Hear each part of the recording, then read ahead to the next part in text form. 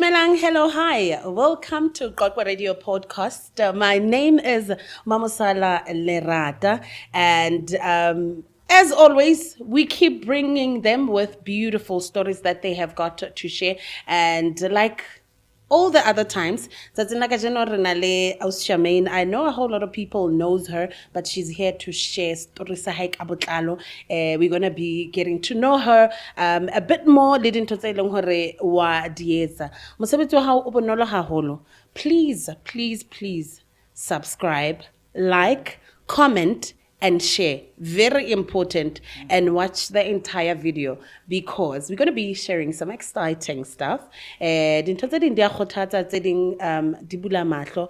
Mme he kana tse ding di tla etsa o ipotse hore what have I been doing with my life? Anywho, Charmaine. Hi. How are you? I'm good, and you? Ke good man. Re leboha haholo ka hore o nkile nako ya hao ho bana rona tsatsing la kajeno. We really appreciate it. I'm honored. Thank you for having me. I literally feel like, I'm part of the family. So Yes. this time around, we're going live. We're doing this properly. Yes. So I am blessed to be here. You are Thank looking for having me. beautiful. Look at Thank you, you. Anais. You're looking very beautiful. you. Please share with us and our viewers hore ha re bua ka Charmaine re bua ka mang. Ke a tseba ha e felle mo fela hore ke Charmaine. All right. Yeah. Dumelang Mamamedi, and the viewers, of course. My name is Charmaine Taile. I'm born and bred Mona Qwa Qwa. I'm a mother raising a child with autism, so I do a lot of advocacy regarding autism and various disabilities. I don't even know where to start. But nahe, I'm the type of person that's like the go-getter. I'm very much into community development. So I've got a foundation, Ipswich Still I Rise Foundation. But there's more to talk about. But otherwise, no. Hi, Qwa Qwa. Ngwana mona Qwa. Yes. Lapeng ke hona mona Qwa. Okay. Jwale, we're going to be talking about Charmaine before the mother, before Charmaine, the business person. Tell us about your upbringing. O hotse o le ngwana jwang? O hotse o le ngwana bokae lapeng heno? Okay. Yeah. All right. Okay, I've got an older brother, I'm the girl, and I've got a younger brother. And I always refer to myself as the rose amongst the thorns. Yeah. Yes, because I'm fabulous like that. Yeah. But anyway, actually, later then from Tataisong, went to Sentinel for a bit. And then, my parents believed in giving us the best education. So from Sentinel, and then they took me to a school in KZN called Clifton, Nottingham Road. That's where I actually lived, because it was a private school, and it was there were very few Batwats. Oh, okay. Literally, it was like a handful of them. So I got to learn the English. Not the English, you understand? So now I had to upgrade and learn this English. So my junior school, I grew up in KZN. At that school, Clifton Nottingham Road, I was exposed to a lot in terms of the education was totally different. The environment was different. I got into sport. At a very young age, where we played rugby, cricket, horse riding, swimming. That's when I got to learn how to swim. Because, black people don't swim. I was one of those black kids that learned how to swim, We chill by the pool, honey. Dude, no, now I get into the pool and I do the backflips, Oh, nice. So, my junior school, it was interesting. We got exposed to a lot of things in KZN, and growing up amongst Mahua, so we learned the culture, and we learned how to actually accept people, whether you're differently abled or whether you're black or white or differently, Because I remember there was a friend of mine, Caitlin. She was a cancer survivor, so we learned how to take care of her in boarding school. Like when she was losing her hair for chemotherapy, we were taught, so you don't laugh, you understand, at things like that.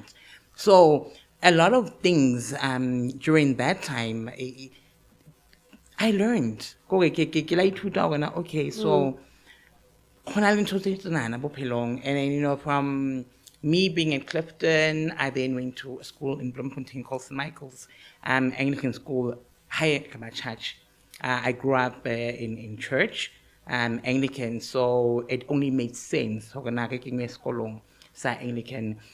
Your high school was high school, guys. Why is high school was high schooling? High school was high schooling, guys. Like, like, how did it high school you? Because people when they get in high school, others they start drinking. High school, at some point. Oh, yeah. So definitely. how did it high school you? Not high school for me, because now I was exposed to the white culture. You know, so high school, it was not so hectic in terms of staging. So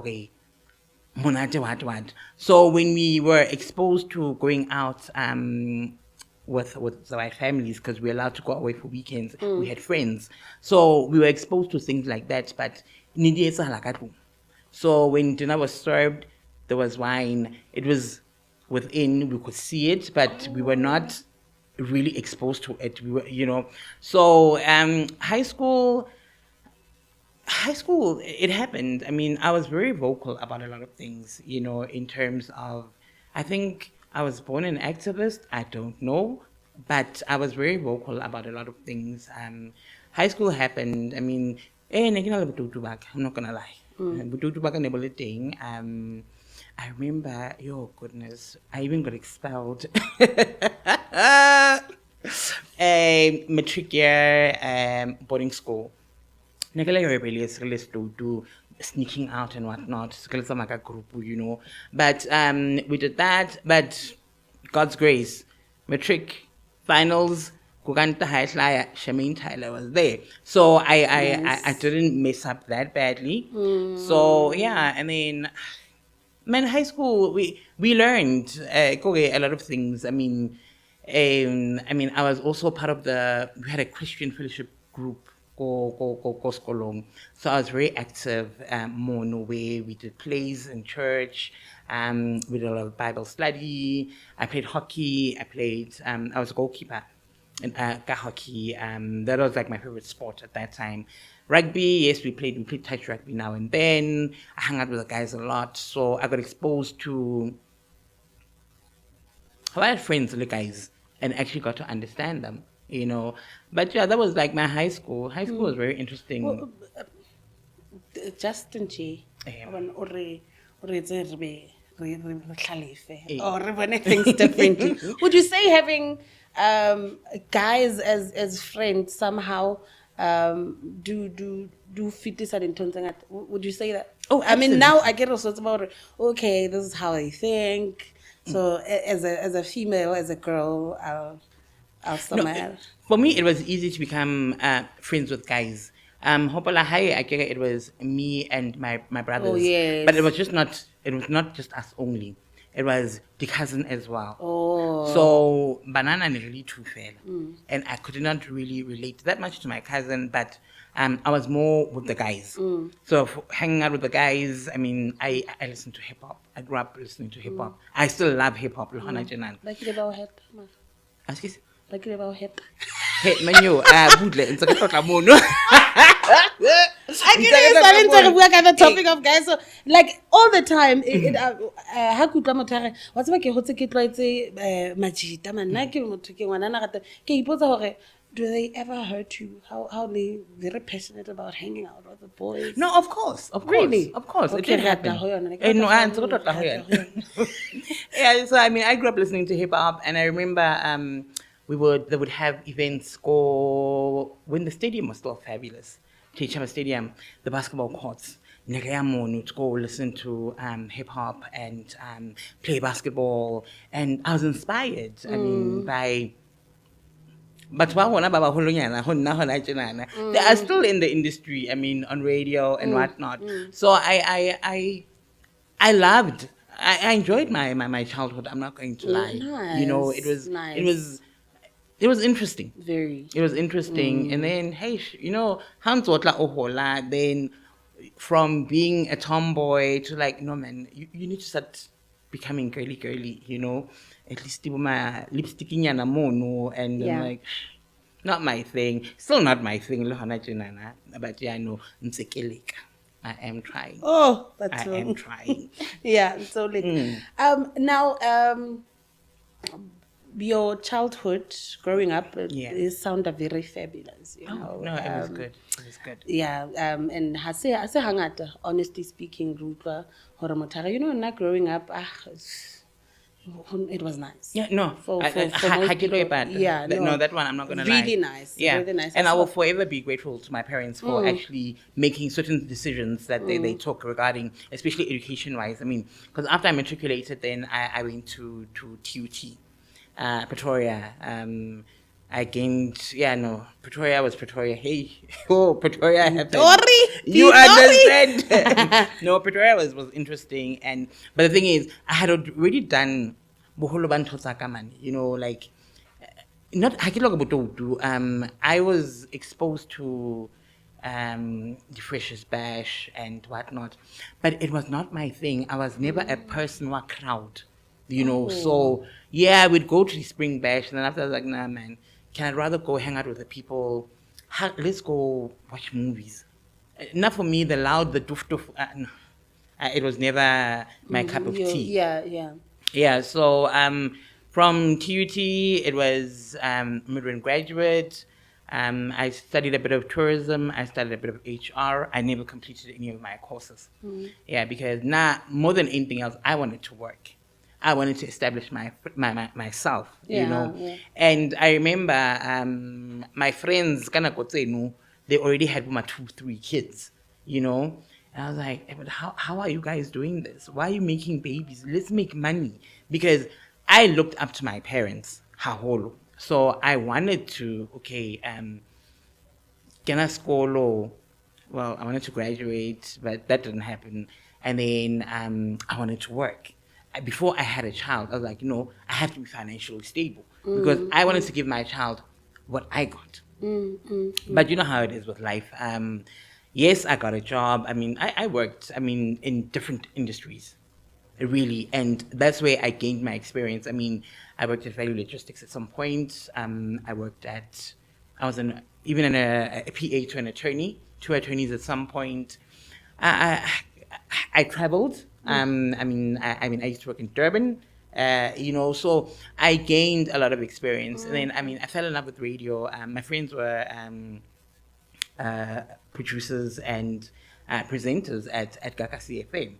That was about 2029 there. 2009? 2009. Oh, okay. Yeah, my bad. Yeah, 2009. 9 or 19. 2009 there. Yeah. 2008. So that's when I got exposed to radio, and I'm like, wow. So I would go there, sit, listen to the afternoon drive, and that was done then by Makosi Koza and Thandolwe Sungiti. So I sat there and I was like, dude, wow, this is life, I could do this, but so the more I hung out with them, the more I was like, okay. So I used to mess around in the background in my own little space where I would have my own little shows, but nobody ever knew about it because, it was like, hey man, radio, you're supposed to be an attorney, you're supposed to be this. So radio was never a thing for me. So it was my little playtime, Hansiki Batile Mono. But every time I was in studio, I would sit and listen attentively. And I still take my hat off to those two people because they taught me, they exposed me to radio. And here I am today, like, I sit, I speak, I'm confident. And I don't have any, yes, I still have stage fright, but I've now mastered masking it. Yeah, when I go on radio, people don't even think when I'm actually nervous, but it comes with the territory when I hounds over years over and over again, then over sharp. You get comfortable with it. Which brings me to this question I've been yearning to ask you, Hore. Okay. You've done this and that, you've been in different places. Charmaine o ne batla ho ba eng? Like, o ne batla ho ba eng? Was it radio presenting, or I want to have my own companies, do 1, 2, 3? Like, who did you want to become? To be honest, I remember I wanted to be an attorney at some point. Because I felt, because, in high school, I was the go-to person. When you were bullied, I'm like, hey, listen here. You understand? So I always, I was very vocal about a lot of things. So when I questioned a lot of things, and I was very vocal. So even with my friends, I was the forefront. Whatever's no Shamini Kioni. Even back then they used to call me my other name Masipiso. So in high school I was referred to as Matty. So everybody knew who Matty was. Matty was the vocal one. Matty spoke up for everybody, So that's what I wanted. But I'm like, hounds what I am, and then that kind of like fades because of the different industries that you get exposed to. But I knew at some point in my life I am going to bring change. How I do it, which industry I'm in, I am definitely going to leave an impact or leave a footprint in someone's life. Yeah. And that's how my journey started. Beautiful. Jone, let's talk about you being a mother. Fast forward, you are now a mom. First, take us through your pregnancy. Some people get excited when they get pregnant, like, I'm pregnant.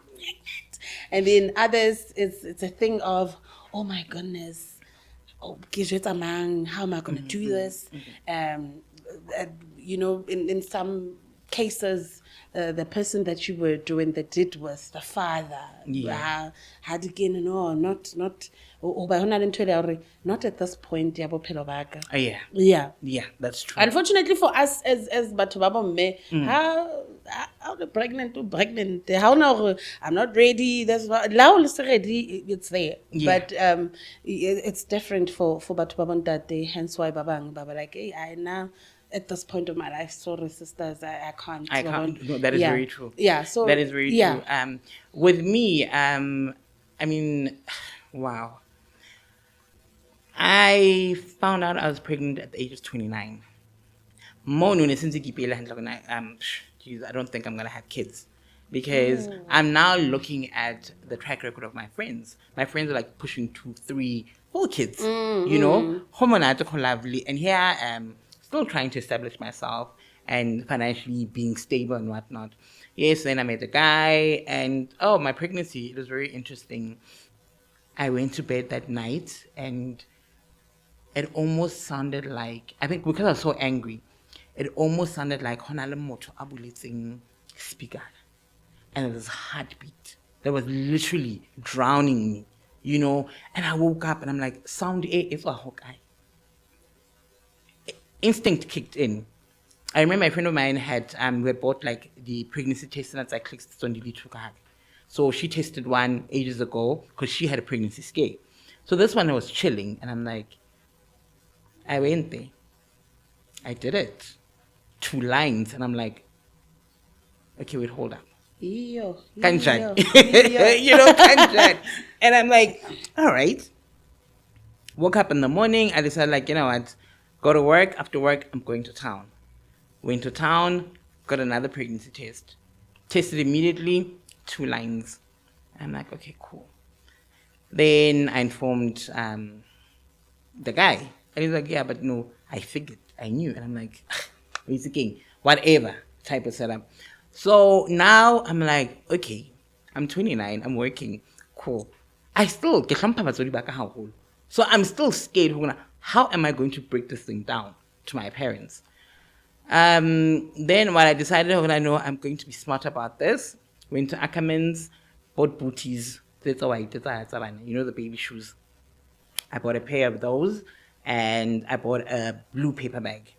Now, how the blue paper bag happened, I went to the doctor, And when I went to the doctor, and I'm thinking, it's still early stages. So, come on, get over sharp. I get there, my doctor's like, okay, no, we're going to do the sauna, does the whole checkup thing. And like, oh, congratulations, you are 4 months pregnant. And I'm like, what? 4 months in Johnny? Like, how did we get here? So 4 months, and like, oh, by the way, would you like to know the sex of your child? And I'm like, already? And I'm like, no, it's a boy, dude. I fell in love that day. I became Mewampelo before even my son was born, because I would always speak about how I loved this name, and whether I have a boy or a girl, Libsnight Wampelo. And that for me was life, Bupelo, because I'm like, okay, now I'm bringing life into this world, and this life better be fabulous. And that's how my journey started. Okay, so now you are aware of your pregnancy. You are in love with your son. You already know. Fortunately for you, already know, like that I'm gonna have a son. Yeah. Now you have a baby. Now I have this baby.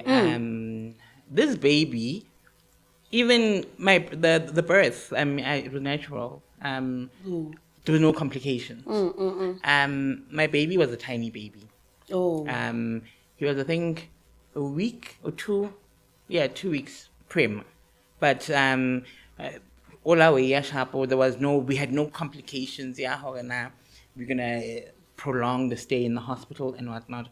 My son was tall, and he was quite skinny, and I was like, goodness, how do I look after this little being, And my mom was there throughout the pregnancy, and she helped me. And I remember I was so scared to bath my baby, because I'm like, why not tell her?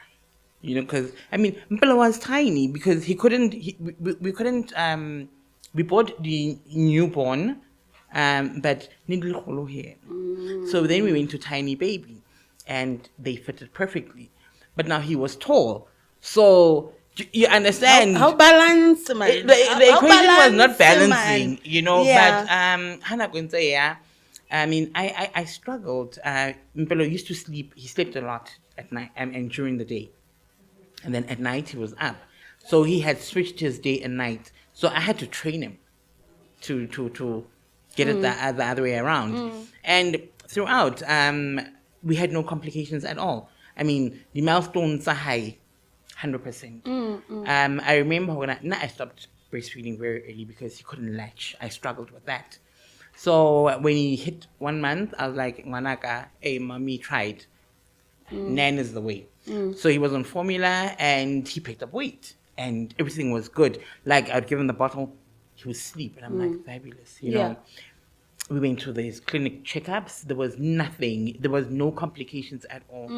And now I then moved from, again, I was working in Smith, transferred to Durban. I got promoted and went to stay in KZN at one of the logistics companies in Botswana.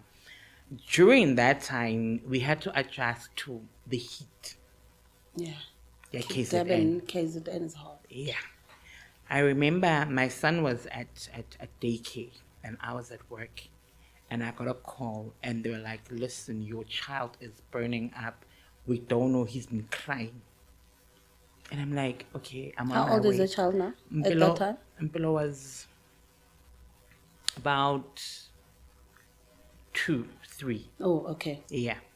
And I couldn't handle that, being my son being sick, because when Mpilo gets sick in Ibonahala, so it was very rare for him to get sick, you know.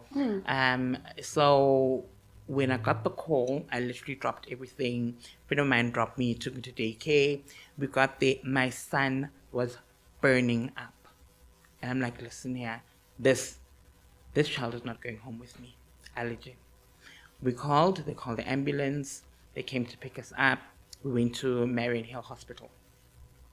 During that time, I remember I was like praying to God because my son was almost going into seizure stage.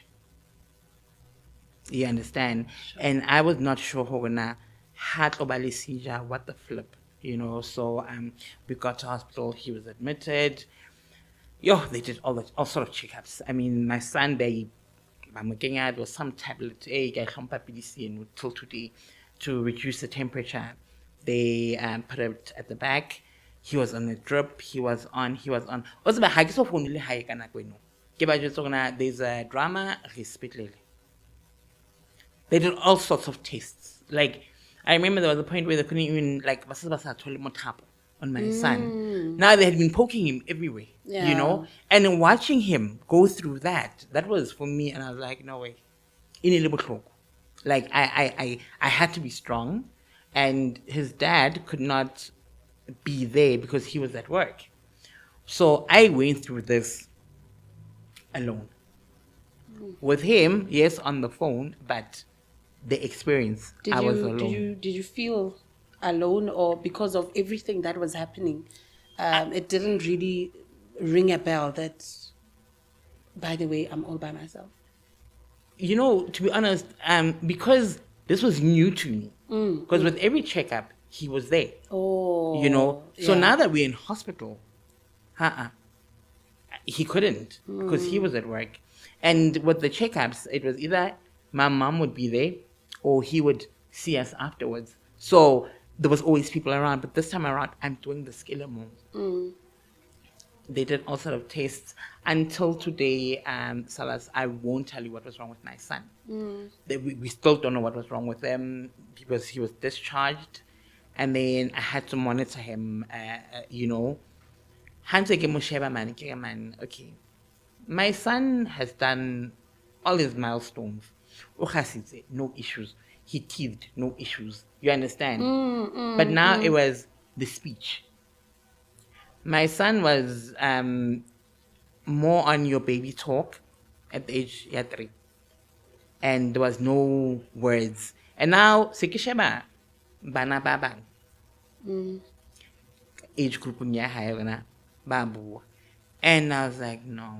And even his play, my son would get fascinated. Like, you'd buy and give him a toy, he would be attached to, let me give you an example, like teddy bear.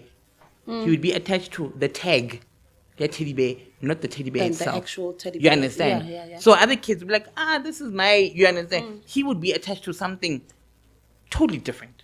Even with the car, he would be fascinated, lion, not the car itself. So, and I was like, okay, this is interesting, So, and I was like, okay, no, man, I need to look into this. And I remember speaking to my mom about this when I was thinking, I'm a bit worried. Mpelo's not talking, but he's listening. And because I was even worried that maybe because I would do things to check if he can respond. He was responsive, so I'm like, okay, at least my son is not deaf, so that's cool. But there was always that weird feeling, man, something is amiss.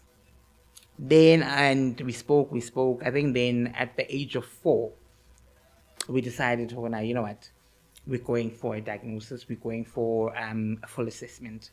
That's when we got the diagnosis of this one is autistic. He's got autism. He's got ADHD.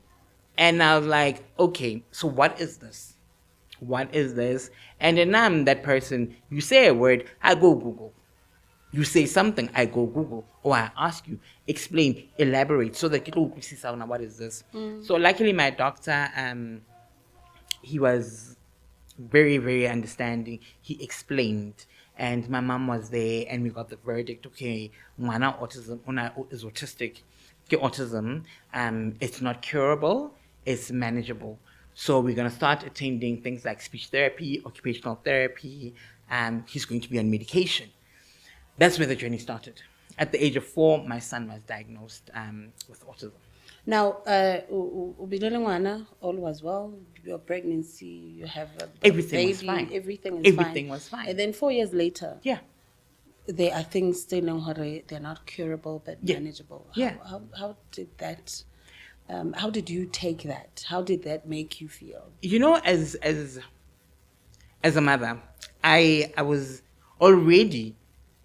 skeptical about having a child Not diagonal, I don't want this child. I wanted this child. But at the age of 29, that's only when it happened. So already it was like, that's a blessing. Hogana, Dadam finally heard my prayers and gave me this child. And then the 4 years that, because I'm like, my son is not going to be raised by my parents. You're not and I was like, what, firstborn, what, how do you tell about? And I'm like, no, not with this one. This one, I've been wanting him so much, he is going to be part of me. And I'm like, I remember even telling my mom, you know what, ngwanaka ha hola, ha na mohlanga tlo mpitsa ausi. Ke tlo ba mama, And then I got the diagnosis, when your child is autistic, he's non-speaking. And I was like, what is non-speaking? And then already my dream, mama, it was starting to fade. Yeah. You understand? So I was like, okay. So I questioned, I asked. I mean, I think I was with my doctor for the longest time once. I'm like, don't use the jargon, don't use the big terms. Make me understand this autism. How do I deal with it? As a mother going forward, what do I need to change? Did I do something wrong? Because now I started beating myself up. Is it something that I was doing? How is this? This thing. I waited 29 years, to have this child. I have this child. For 4 years, and then the script, change. How do I do this? And with that, I'm still grateful. My parents, they were supportive. My family was supportive. My doctors were supportive. You know what? I'm strong enough to overcome this hurdle. My son one day, mama. That's going to happen. And with the faith that I had, I remember kila doubt. You are semi wankamuhanyana. And I remember with the lifestyle in a I was a happy person. We went out, we lived.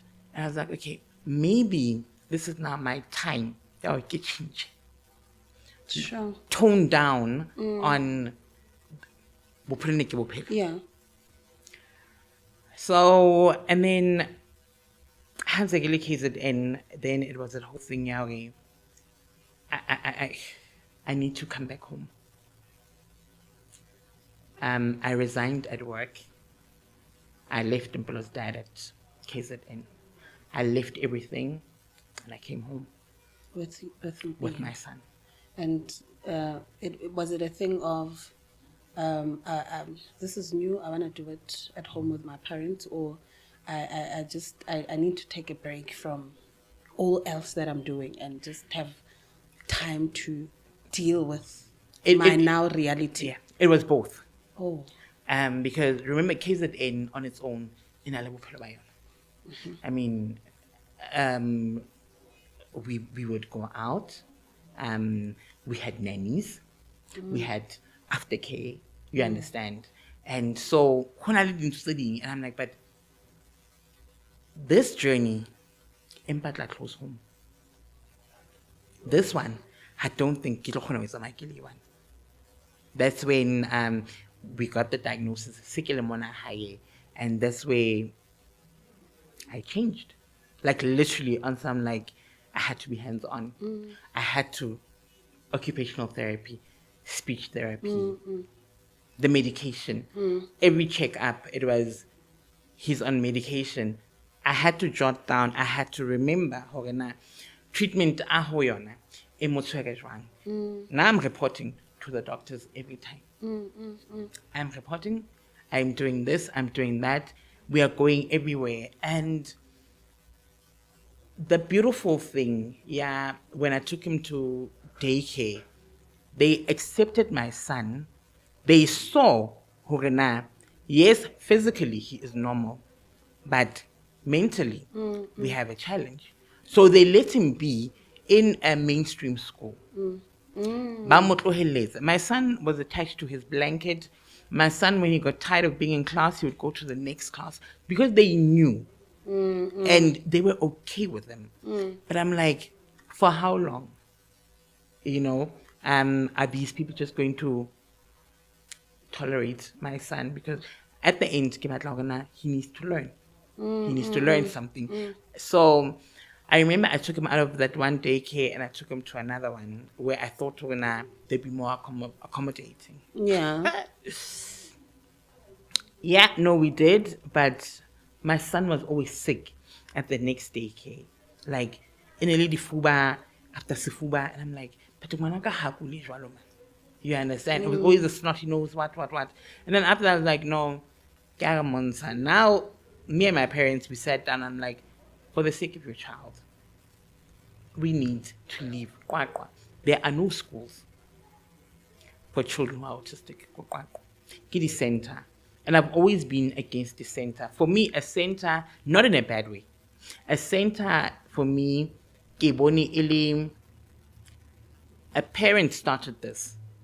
Whereas Bana were rejected from the mainstream schools. So, abaipulela center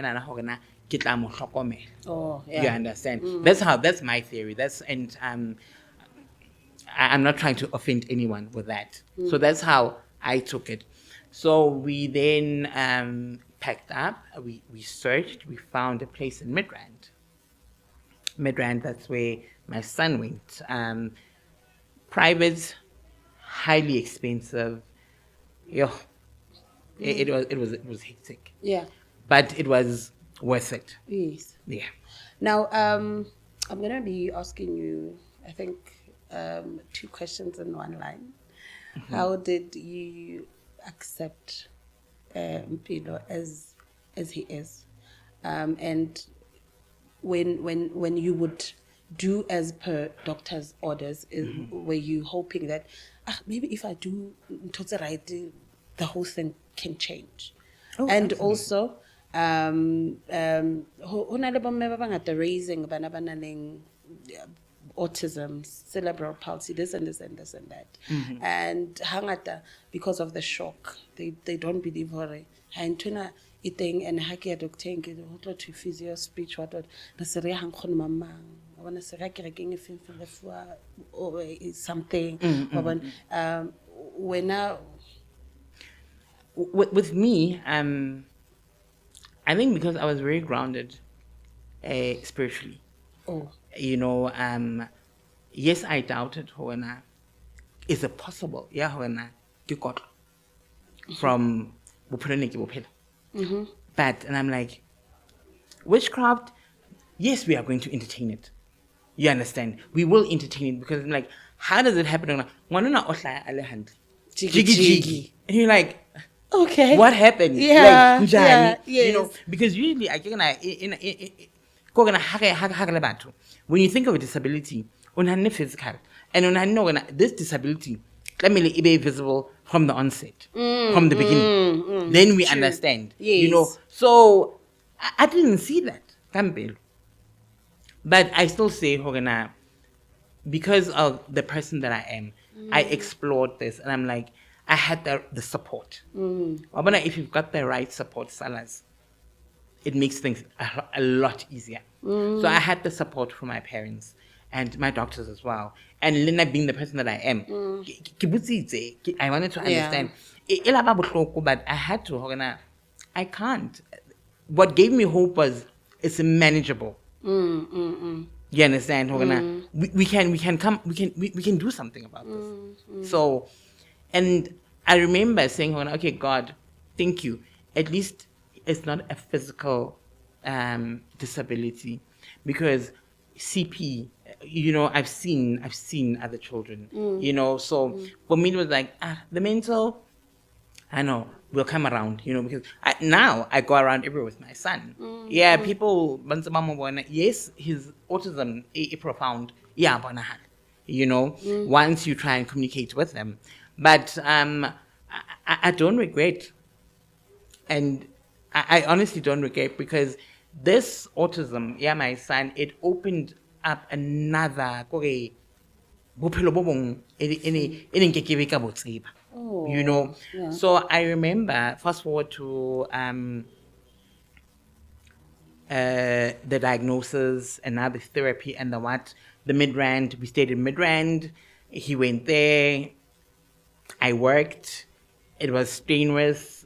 I was working in Pretoria, and we had to stay in nanny. So it just got too much. I was like, no, no, no. I would leave Manaka Robes. I would come back Manaka Robes. And I'm like, no, no, no, no. This, and the day I'm off is the day I'm extremely exhausted. I need to sleep. And this is like me now working in the hotel industry. This was like that before COVID happened. And when COVID happened, the hotel industry, so we had to then, some of us were retrenched because we knew. Came back home. When I came back home, I had my own issues that I was going through, but I got to spend more time. And during that time, then my son went to 2 different centers, autism. And then I remember 2023, I decided I need to do something about this. That's when, excuse me, that's when I had the concept of I want to host an event for children who are differently abled. That was me. And I remember I went everywhere. I wrote letters, I seeked sponsors, and during that time I had done my research. The 16 homonat, the 25 packing. And we would go there, and I used to go there with my son, Hans Alamoyani, and I remember how he would get overwhelmed because it's so crowded. And 2 hours later, my son had a clinics. Now let me look at Losamaya, and I'm like, okay, it's too crowded for him. So I had to start learning what my son likes and doesn't like. I decided to do this event. Invited children who are differently abled and children who are able. It made such a huge impact. I remember packing. These kids are playing. I had sponsors. We had jumping castles. Everybody was there. Passerbys were passing on. So I'm like, oh, so where's the ticket? And I'm like, no, no, no. There is no tickets. Come with your child. Come and have a good time. But just this is for children with neurodevelopmental disorders, children who are on the spectrum, children who are differently abled. Bring your kid. Let's come and have a good time. And I remember I was so satisfied seeing the kids who are differently abled playing Lebanaba abled. And I'm like, for me, this is going to be my vision. This is going to be my dream. I want to promote inclusion. I want to ensure our children are recognized. And this is where the Still I Rise Foundation then came up. Now we're about to get, I know that we don't have much time, but we're going to quickly tap into the exciting stuff about you. Yes. And I applaud you. You are an amazing woman. Thank you. And I hope that Batobangat are learning from you, having a child differently able did not give you a scare. And then you panic and then you're like, I am not doing this. But now I have a life that I want to live. And I'm not.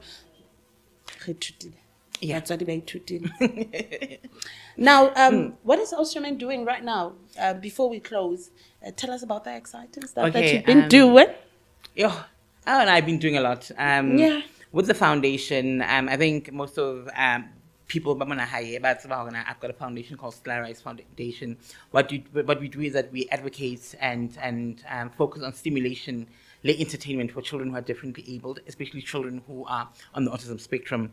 We host the event. We do a lot of advocacy. We do clinic drives. We do hospital drives, and foundation is not funded, but we've got Disney helpers. We've got those people who understand this is what we're trying to do. Is we're trying to get the message across. So when raising a child that's differently abled is not witchcraft, it's a blessing. You can live. I'm living. Here I am. I mean, like, here I am. Hello. Yeah.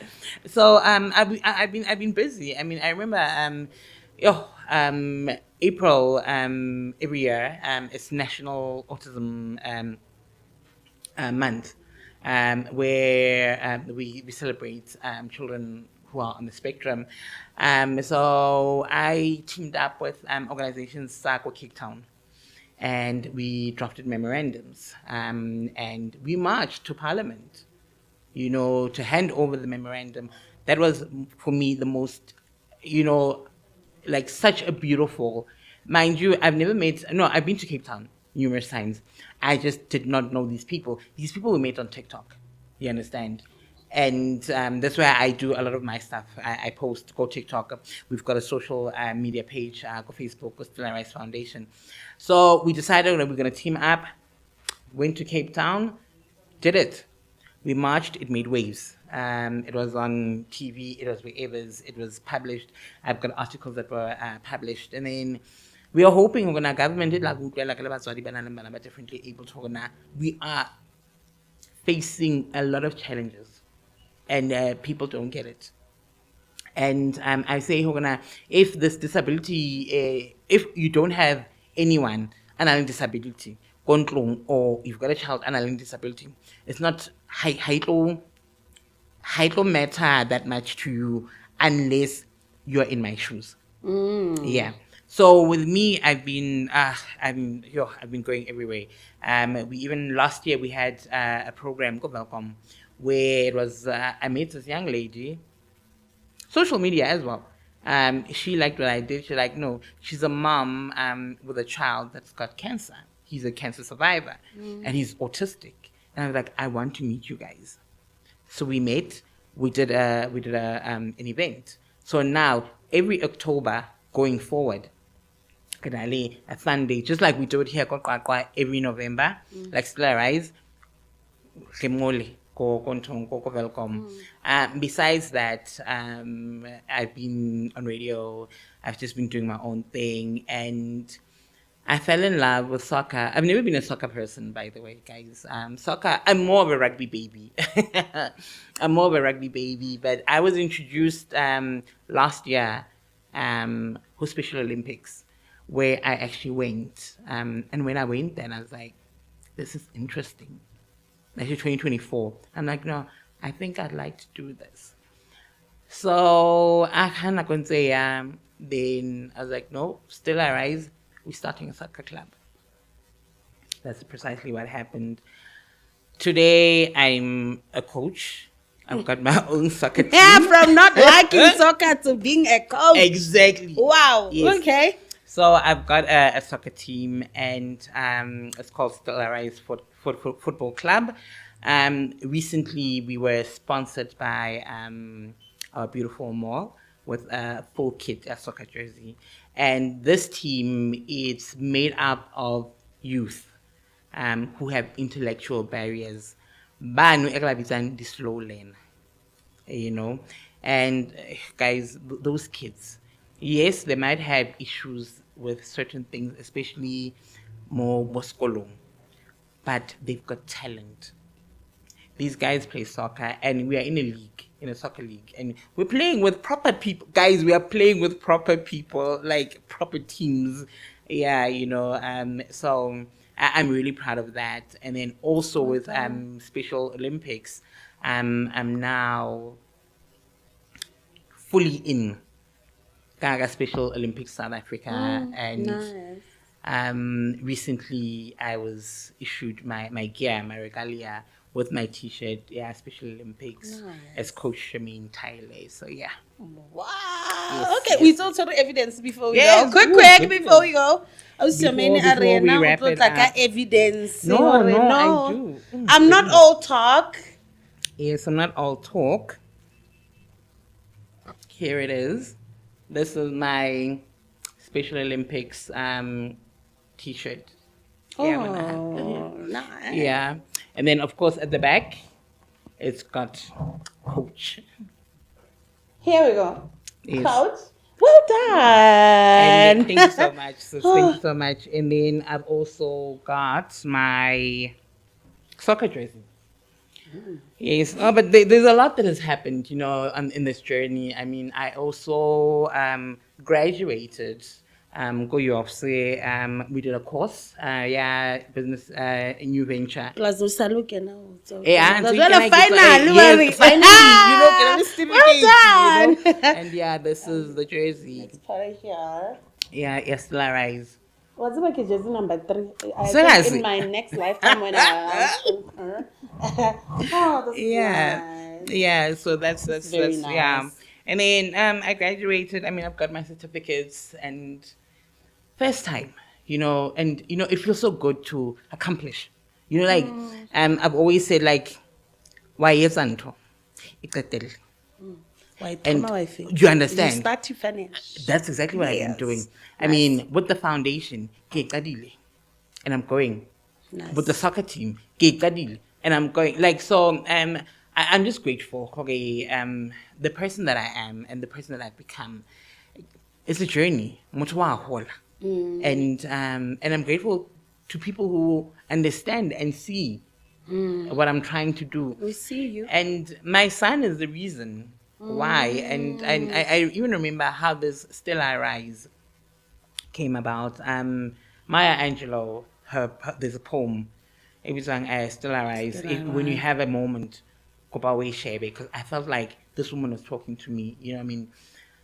You hit rock bottom. You literally go through hell and back. But the thing is, I choose not to stay there. I came back. And I'm like, you know what? When I come back, I'm coming back with a vengeance. I'm coming back the healed me. Because I had to heal through a lot, But I'll hurt her. Yes. Yes. Mpilo's dad, he has not been present. And I'm like, it doesn't even matter anymore. Really, But the thing is, here is my son. He's now 13. Mama. You understand? I mean, bear in mind, and I had mentioned to her, my son, never say he's non-speaking, but with hard work and persistence and being humble and being patient, these words, my son will tell you if he wants something. My son can appreciate. I mean, he'll say, I love you. He'll say, thank you. He'll say, pardon me. You understand? And yes, it's not your normal conversation that you and I can sit and have, but I'm grateful to God from non-speaking these words. There is sentences. So there is progress. There is something right that we are doing. So how Lemutzwadi are differently abled, you have to just be patient. Learn your child. Love your child. Accept yourself. Forgive yourself for whatever that you went through and heal. And become the best version of yourself in order to love one another. Then life is fabulous. Indeed, you are a radio person, my darling. Thank you. Oh my goodness! I love the fact you mentioned Lahawile. Yes, I think the difference between Wena and a whole lot of other people, how will you choose to stay there? You make that choice, or you're gonna stay there. So Loana. Yes. Loana and get up. Yeah. Okay. Yeah. Thank you so much for your time. Thank you so much for joining us. Thank you for having me. We wish you all the best with everything. I'm just a phone call away, by the way. I know, girl. Don't worry. Yeah. Thank you so much for watching. Please do subscribe, like, comment, and share. This is Qwa Qwa Radio Podcast. Until we do this again, is a goodbye from me and our Shamza. Hi, everybody. Thank you. Bye.